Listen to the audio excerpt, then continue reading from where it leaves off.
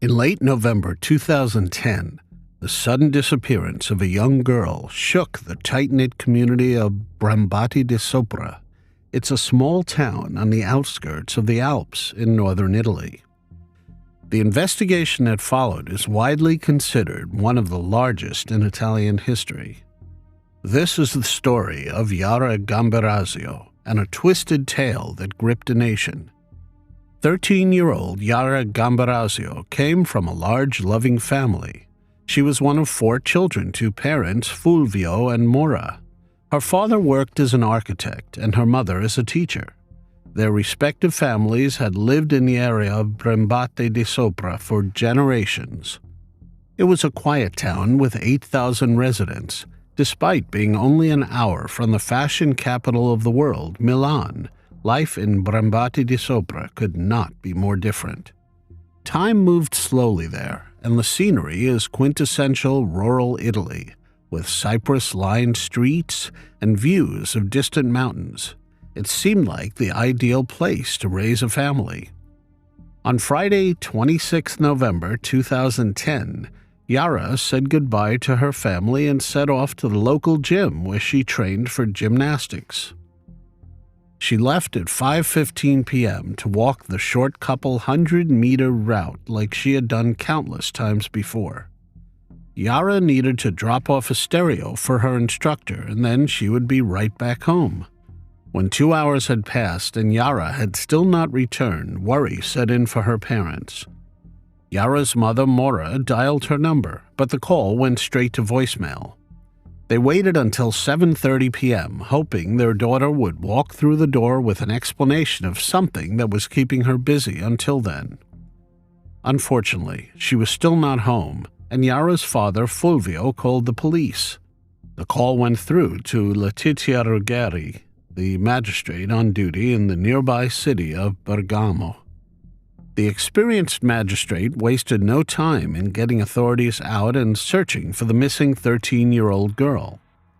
When retracing her steps, the investigators found out that Yara made it to the gym that day where she saw her instructor. They had done a light training session in preparation for an upcoming competition before Yara left and started the journey back home. The last time anyone had contact with Yara was at 6:44 p.m. when she sent a text message to close friend Martina. She told Martina that they could meet up early the next weekend before the gymnastics meet.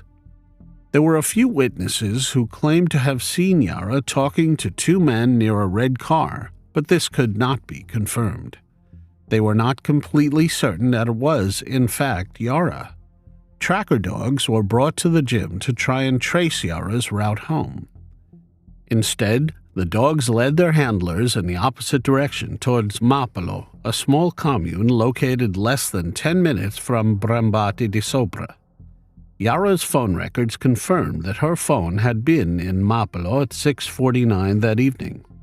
As is standard procedure in missing persons cases, the family is always questioned by authorities. Each member of the Gambirasio family was thoroughly interviewed, which meant the investigators were able to rule them out as potential suspects. Mora and Fulvio were respected members of the community, and Yara was loved dearly by them and her 3 siblings. Letizia Ruggeri authorized wiretaps on hundreds of cell phones belonging to possible suspects, and had her team try to track down the 15,000-odd devices that had passed through Mapolo on November 26th.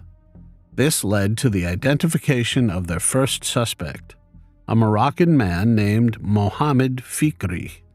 A conversation had been overheard where Fikri asked God for forgiveness and mentioned something about not being responsible for taking her life. At the time of Yara's disappearance, Fikri was working in Mapello on a building site. By the time investigators believed he may be linked to the case, he was already gone. Fikri had boarded a boat heading for Tangiers, a city in northwestern Morocco. The Italian authorities weren't going to give up that easily and set out to intercept the boat. The mission was successful, and Fikri was arrested. His van was subsequently searched and, lo and behold, a mattress with dried red stains was discovered inside. It seemed like they could be on the right track to finding out what happened to Yara, until further investigation revealed that the mattress was unrelated to the investigation, and that the supposed phrase heard over the wiretap had been mistranslated. Now, the investigation began to slow, as no obvious fresh suspects stood out to the authorities. The case had garnered national attention, with the mystery of Yara's disappearance being broadcast on countless Italian TV shows and reporters from across the country filing into Brembati di Sopra. The Gambirasios knew the attention was good for Yara's case, but nonetheless found the intrusion during such a difficult time hard to bear.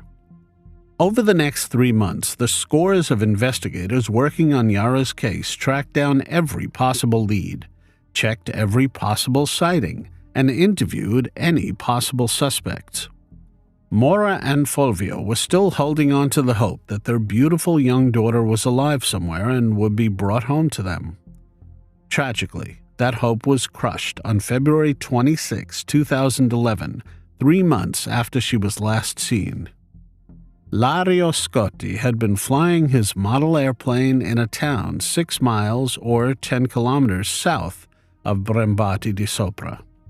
He chose an area away from any public spaces and over an expanse of scrubland to try out his new toy. Ilario was having some issues with the device, which led to him landing it in an overgrown section of shrubbery and weeds. He walked over to the site and waded through before reaching his plane. As Ilario stood back up, something caught his eye. It appeared there was some fabric on the ground. His first thought was that someone dumped some clothing there. But then Ilario saw a pair of shoes. Upon closer inspection, he discovered the remains of a person. While the person had clearly been left in that location for a long time, a few items of clothing stood out. A black jacket and a Hello Kitty sweatshirt, the same clothing items that Yara had last been seen wearing. Further analysis of the scene uncovered Yara's iPod and house keys. Her SIM card and phone battery was also found, but her cell phone was not. The autopsy was performed by Professor Cristina Cattaneo, one of Italy's most well-known forensic pathologists. Traces of lime were found in Yara's nose and airway, and rope fibers were found on her clothing. This suggested that the person responsible may be a builder or involved in the building trade. Yara's body had multiple marks sustained from a sharp object. The saddest finding of all was that she had lost her life due to exposure, not a direct result of her injuries. 2 DNA samples were recovered at the scene, one on Yara's gloves and the other on her phone battery. The samples were run against the national system, but neither person had been recorded before. All of the items were shipped off for further investigation, including Yara's clothing items. This is how a third DNA profile was discovered 2 months later on Yara's underwear. Authorities believed there had been a struggle and the perpetrator had injured himself, hence the DNA being left behind. The suspect was named Ignoto 1, meaning Unknown 1. Now they just needed to find who this DNA belonged to. The investigators ordered DNA samples to be collected from everyone close to Yara. That included family members, friends, and locals who frequented areas that Yara had. Other officers were in charge of cross-referencing phone records of devices that had moved through Brembati di Sopra and the town where Yara's body was discovered. When a number was found, the owner was tracked down and asked to provide their DNA.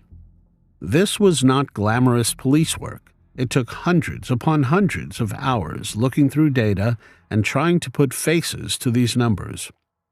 Each new sample took a few hours to analyze and get a profile from, with multiple geneticists from across Italy working overtime to get them logged. The search for Yara and the subsequent search to track down the perpetrator has gone down as one of the largest and most expensive manhunts in Italy's history. Yara was finally laid to rest at the end of May 2011.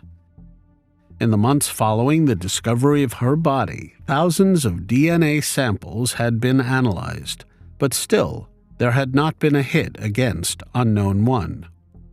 Letizia Ruggeri decided to look at another angle.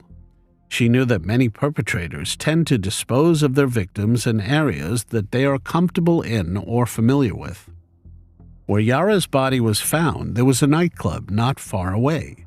She knew it was a long shot, but Letizia ordered officers to take DNA samples from club patrons outside on busy Friday and Saturday nights. This is how Damiano Gerinoni entered the picture. Damiano frequently attended the nightclub, and his DNA sample bared a striking resemblance to Unknown One. But he had a rock-solid alibi, since he was in South America during the time that Yara was last seen. Still, the authorities weren't giving up on this lead, and geneticists were convinced that Unknown One was a relative of Damiano Gerinoni. Every member of the Gerinoni family was looked into, and a shocking link to the Gambirasios was discovered. Damiano's mother, Aurora, had worked for the family as a domestic helper for 10 whole years. Aurora lived near to Yara's home and came over twice a week when she was growing up. Yara and Aurora were close. Aurora always made sure to keep an eye out for Yara, seeing that she did not get up to nonsense, and Yara loved to show off her new gymnastics moves to Aurora. Even though she stopped working for Fulvio and Mora, Aurora maintained a good relationship with the family. So imagine her shock when she found herself at the center of the investigation. It was the worst thing that could happen to me, Aurora later confessed. Both Aurora and her son, Damiano, were extensively questioned. The pair's phone calls were monitored, and they were followed. After months of trying to find any connection between either of them and what happened to Yara, Letizia admitted resigning herself to the fact that, in the end, this was nothing more than a sick coincidence. At the one-year anniversary of Yara losing her life, the pressure on authorities to bring the person responsible to justice was reaching a breaking point. Various politicians were making digs at Letizia, questioning her competence as magistrate, despite her running a textbook investigation from the get-go. But she could not let this background noise distract her from solving Yara's case, so she doubled down on the only viable lead so far, Damiano's DNA profile. They focused on building an extensive family tree of those around Damiano, which resulted in hundreds of names being cataloged. Relatives as far back as 1815 were recorded, until an immense family tree lay before them. This led investigators to the sleepy village of Gorno, where the same families have lived for generations, including the Guerinonis. Damiano's uncle, Giuseppe, passed away in 1999. Investigators hoped they could somehow obtain a DNA sample from him, so they visited his widow, Laura, in September 2011. As luck would have it, she was able to provide 2 stamps that her late husband had licked. The results showed that Unknown One was likely Giuseppe's son, making him Damiano's first cousin. Giuseppe worked as a bus driver and was a talented accordion player, putting his talent to use at Gorno festivals. He had 3 children with Laura, 2 sons and a daughter. When their DNA was compared to Unknown One, neither came back as a perfect match. Since neither of them had children, the next logical explanation was that Giuseppe had another son out there that they did not know about, one that he did not have with Laura. Letizia described this as an investigation within an investigation. So how on earth would they track down Giuseppe's illegitimate son?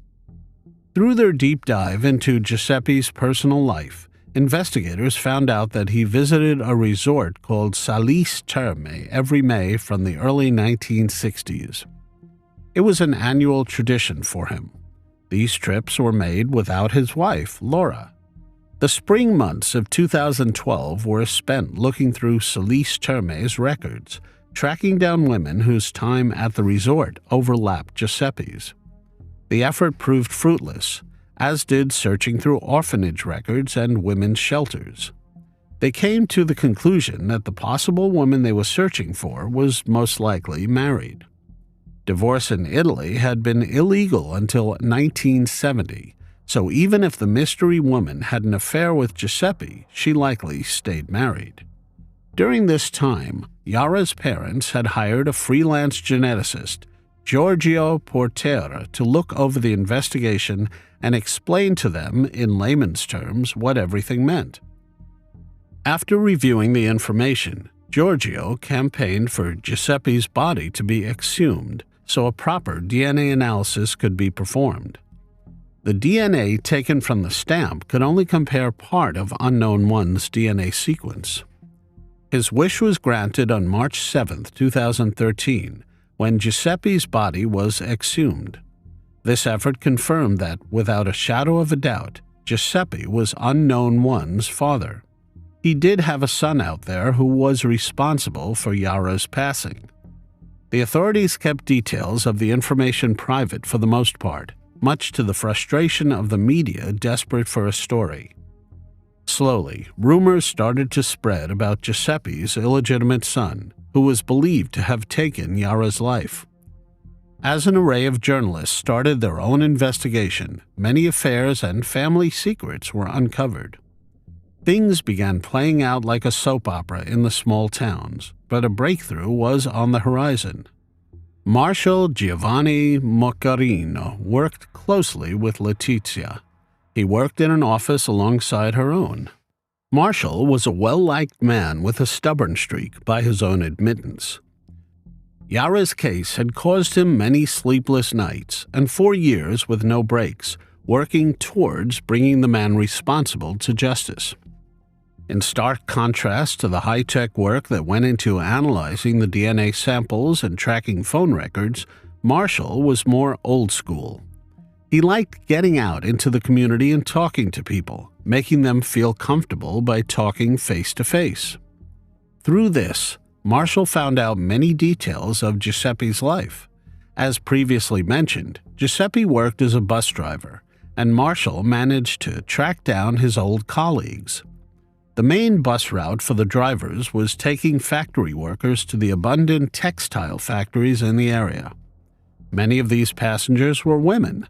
The drivers often described Giuseppe as somewhat of a ladies' man. While Marshall became acquainted with every aspect of Giuseppe's life, a name came up: Esther Asruffi.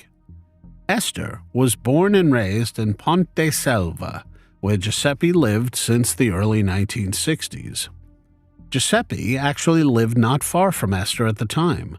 When she was 19 years old, Esther got married and moved to a nearby village.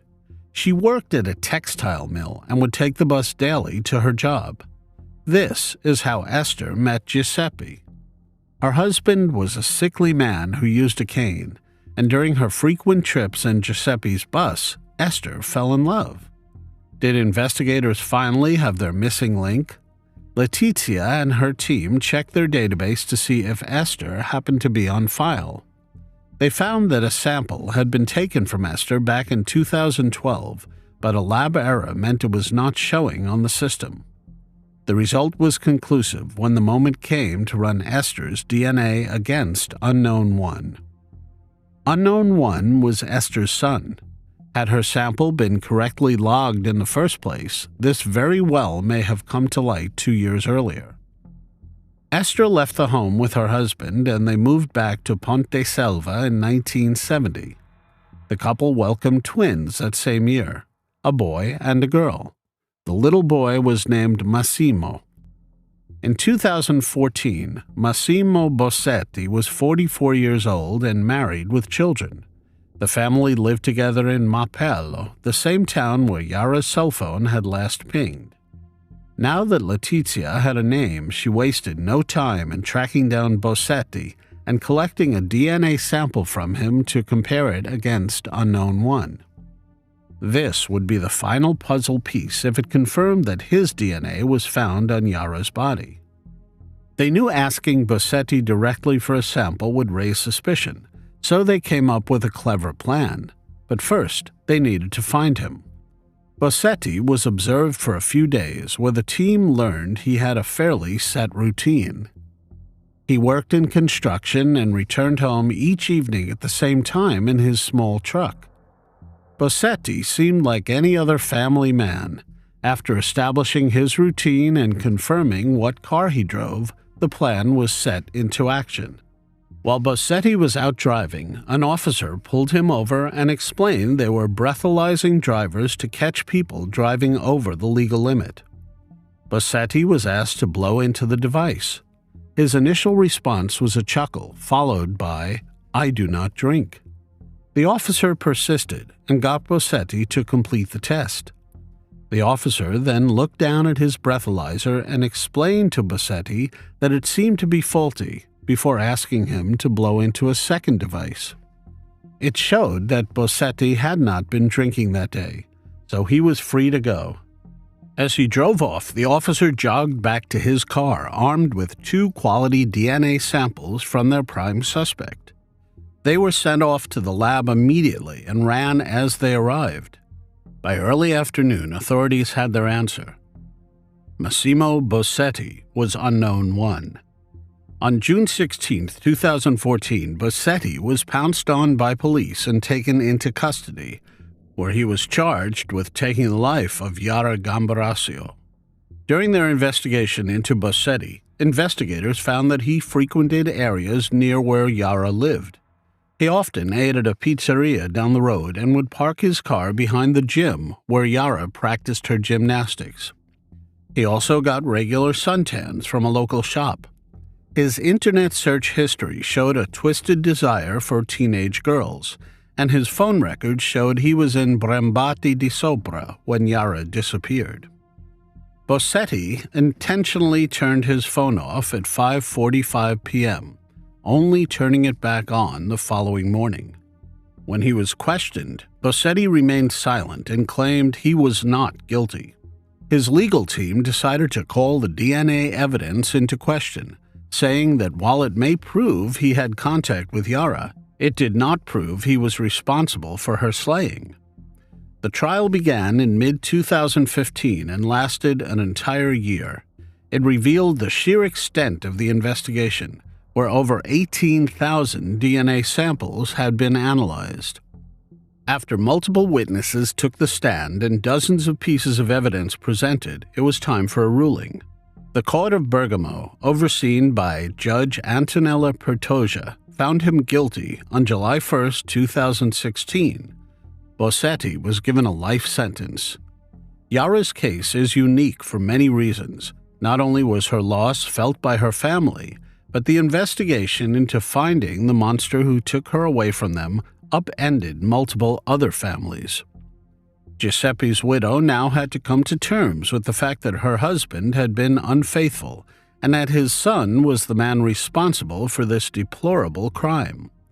Bossetti's mother and sister also have to live with what he had done, along with many other scandals that were uncovered along the way. It, of course, goes without saying that the loss of the bright young girl that was Yara Gambirasio is by far the hardest to swallow.